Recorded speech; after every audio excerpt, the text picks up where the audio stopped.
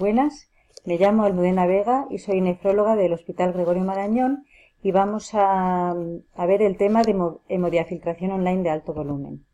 El transporte convectivo es la base de la diálisis online y para ello necesitamos un buen dializador que tenga unas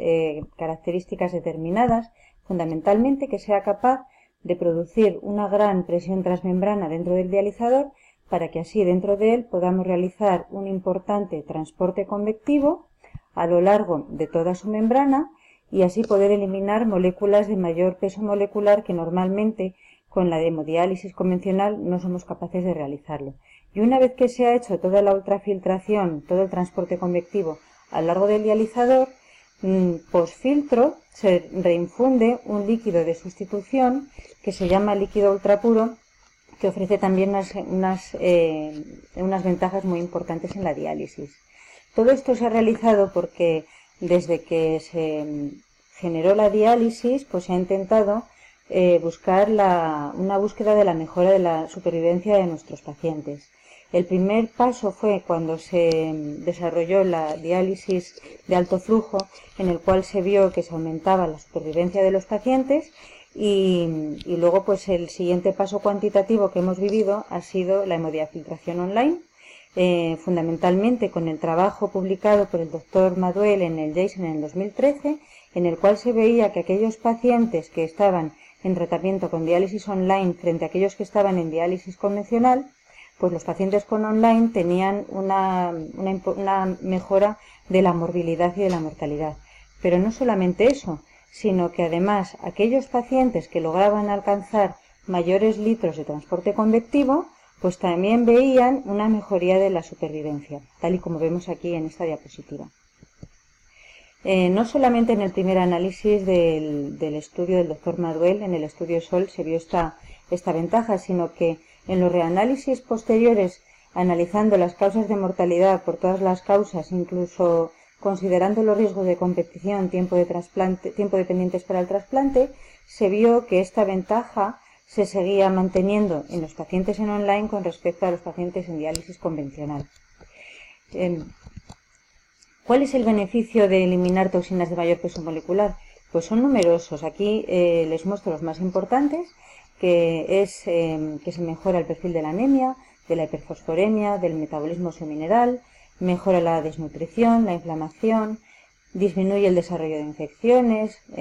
disminuye, esta es una característica muy importante, el depósito de beta-2 microglobulina, el desarrollo de amiloidosis, complicaciones neurológicas, pero fundamentalmente mejora la morbilidad porque mejora el perfil cardiovascular y todo esto hace que al final los pacientes pues tengan efectivamente una mortalidad disminuida. Probablemente tengamos muchos otros beneficios adicionales y de eliminación de una serie de moléculas que todavía no se conocen que también estén influyendo.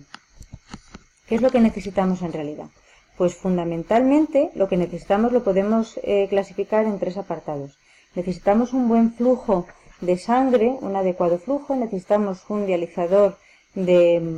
buen dializador con una superficie importante donde podamos hacer una buena presión transmembrana y también es muy importante que necesitamos agua ultrapura. Vayamos a verlos paso por paso. Con respecto al flujo de sangre, pues siempre que podamos necesitaremos tener un adecuado acceso vascular con una fístula. Las fístulas deberían de ser el acceso vascular de elección de nuestros pacientes y además de confeccionarla deberíamos de cuidarla, vigilando, explorándola, vigilando las zonas de función, midiendo los flujos de acceso, midiendo con los parámetros que tenemos en diálisis si el acceso es el adecuado. Pero si bien es cierto que la fístula es el primer acceso vascular de nuestros pacientes, en aquellos pacientes en los que no se pueda temporalmente o permanentemente realizar una fístula, pues el catéter es una segunda y válida opción que no impide el poder hacer diálisis online, transporte convectivo, porque muchas veces nos va a sorprender qué buenos flujos y qué buen transporte convectivo vamos a encontrar en los pacientes que tengan un catéter. Pero no solamente eso, es decir, no deberíamos de negarles la opción de tener diálisis online. Pero no solamente eso, sino que aunque el catéter no funcione del todo bien, mejor va a ser para ellos tener un flujo, un transporte convectivo más disminuido a limitárselo completamente y restringirles el tratamiento a una diálisis convencional. O sea que todos estos factores los tenemos que individualizar y los tenemos que valorar.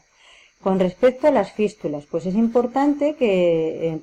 pongamos un buen grosor de las agujas de punción, recordando que las agujas de 16 Gs son las más finitas, con las primeras en las que hay que empezar en las primeras diálisis cuando las fístulas todavía no son maduras, para ello son muy buenas fístulas, son una buena elección, pero a medida que la fístula va madurando y se va pinchando sin problemas, deberíamos de progresar a 15 Gs y, si es posible, a 14 Gs. A mayor grosor de las fístulas, mayor flujo de acceso vamos a conseguir y mayor número de litros de transporte convectivo vamos a conseguir también. Y por último,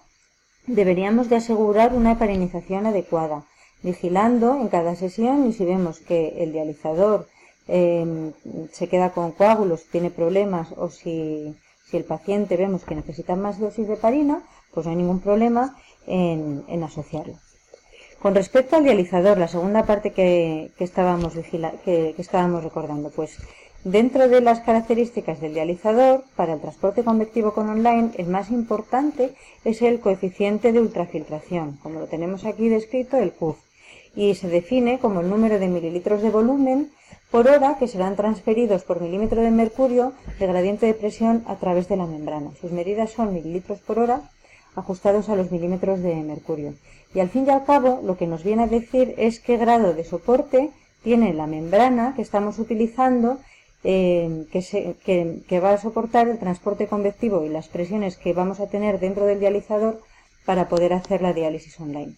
En principio, a mayor coeficiente de ultrafiltración, nos aseguramos más el poder tener más litros de transporte convectivo, y se exige un mínimo de 20 mililitros por hora por milímetro de mercurio. Es decir, que aquellos dializadores que tengan más de 20 son los que se les denomina dializadores con un CUF alto, y son aquellos que se pueden utilizar en online. Aquí les pongo una tabla representativa con distintos dializadores de uso habitual en las unidades de diálisis, que vienen por ficha técnica todas las características del dializador. Y bueno, pues aquí está representado el CUF, y vemos pues que los últimos dializadores, los más modernos, pues vienen ya con un CUF de 85, 65, 70, 80, o sea, muy superiores a lo que se denomina un CUF alto. Cuidado, porque el CUF que viene en ficha técnica es un CUF in vitro, que se evalúa en unas condiciones in vitro, y que luego cuando lo analizamos in vivo en nuestros pacientes es más bajo, disminuye un poquito, y la disminución está estimada aproximadamente, como les pongo aquí, entre un 5 y un 30% menos. Y por último, necesitamos tener un agua ultrapura. El agua ultrapura lo vamos a conseguir gracias a un pretratamiento de agua y a un tratamiento de agua, que sea capaz de eliminar las partículas que vengan que tenga todavía el agua, y los iones. Les pongo aquí un ejemplo de un esquema de pretratamiento que puede empezar por unos filtros que retendrían las partículas más grandes, posteriormente un descalcificador que elimina calcio y magnesio, posteriormente el carbón activado que elimina el cloro y las cloraminas, a continuación unos filtros más pequeños con un grosor más pequeñito para las partículas medianas que todavía se queden en el agua. Se puede incluir una ósmosis inversa de micropartículas, y una vez que llegamos aquí, pues realizamos el tratamiento. Lo que hemos visto en la diapositiva anterior era el pretratamiento, y lo que vemos ahora es el tratamiento del agua propiamente dicho. Es decir, que una vez que ha pasado por todas las fases previas y lo hemos eliminado pues todos los cationes, todos los iones, o la mayoría, la gran mayoría, y pequeñas micropartículas que podamos tener, una vez que llegan aquí, pasan a través del tamizado de una membrana, ejerciendo una presión, el agua, y más del 95% del agua que pasa por esta membrana se desecha y vuelve a empezar otra vez el proceso de pretratamiento, y solo un 5% se considera que está completamente limpio y que se puede considerar agua ultrapura. Pero no solamente se considera agua ultrapura porque ha pasado por esto, sino que necesita cumplir unas normas que vamos a ver a continuación. Aquí les pongo un ejemplo de la conductividad de permeado, de la pequeña cantidad de elementos, de iones que puede tener el agua para ser llamada ultrapura, que está definido en que sea menor de 5 milisiemens partido por centímetro, y este es un ejemplo de uno que tenía 1,2. Estas son las recomendaciones de calidad para decir que tanto el agua como el líquido de diálisis son ultrapuros, aquí referenciados con la mínima cantidad de bacterias que pueden tener, de endotoxinas y la conductividad, que siempre esto ha de ser monitorizado y de responsabilidad también del nefrólogo que se mantengan estos controles. Este es el mantenimiento que tenemos que tener: desinfectar el monitor, desinfección del anillo en torno a 1 o 2 veces por semana, sustitución de filtros de endotoxinas cada 3 meses o bien cada 100 tratamientos, controlar el agua ultrapura y los controles de cloramina, de conductividades, dureza de agua. Y bueno, en definitiva, la hemodiafiltración de alto volumen, ¿para quién? Pues en realidad, si se ha demostrado que elimina toxinas de mayor peso molecular, debería ser para todos, especialmente para los jóvenes. ¿Pero por qué vamos a negarles el tratamiento a los mayores?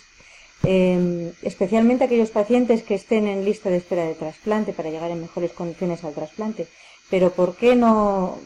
se lo vamos a poner a otras personas? Y muy importante que, aunque consideremos que aquellos pacientes que estén en diálisis online pueden gastar más material fungible y más agua, en el fondo lo que estamos haciendo es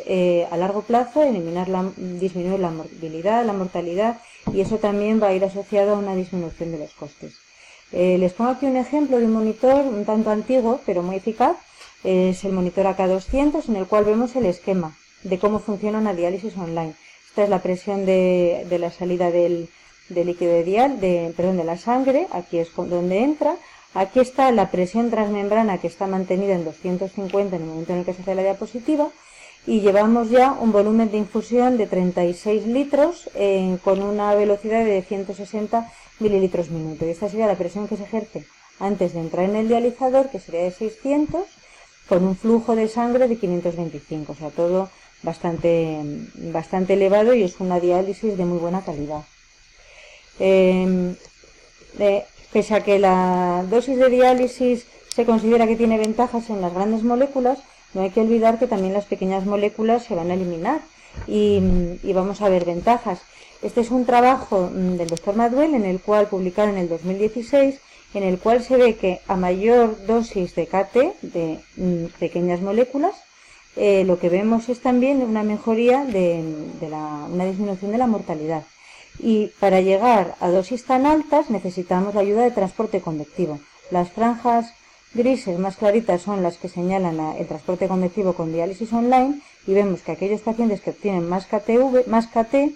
pues lógicamente también tienen diálisis con transporte convectivo. Ha habido una serie de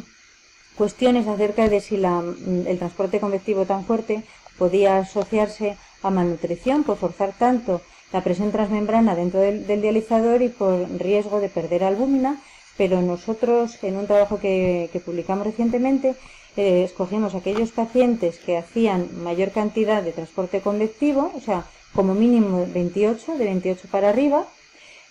con un transporte convectivo medio de 32 litros, y no vimos ningún parámetro de malnutrición, ni clínico, ni bioquímico, ni analítico, y ni siquiera vimos grandes pérdidas de albúmina, que cuando las estimamos en el líquido de diálisis pues estaban en torno a los 2 gramos. Hay que recordar que las toxinas urémicas, tan difíciles de eliminar, también las podemos eliminar con altos volúmenes de transporte convectivo. A mayor cantidad de transporte convectivo, mayor cantidad de toxinas ligadas a proteínas, como es este caso, de Petresol, de Indoxil. Y finalmente, para concluir, el transporte convectivo de alto volumen permite eliminar toxinas de mayor peso molecular que están relacionadas con morbilidad y con la mortalidad de nuestros pacientes. El esfuerzo del nefrólogo ha de ir encaminado a mejorar el flujo sanguíneo, la elección de un buen dializador y la calidad del agua para lograr estos objetivos. Muchas gracias por su atención y espero que les haya gustado.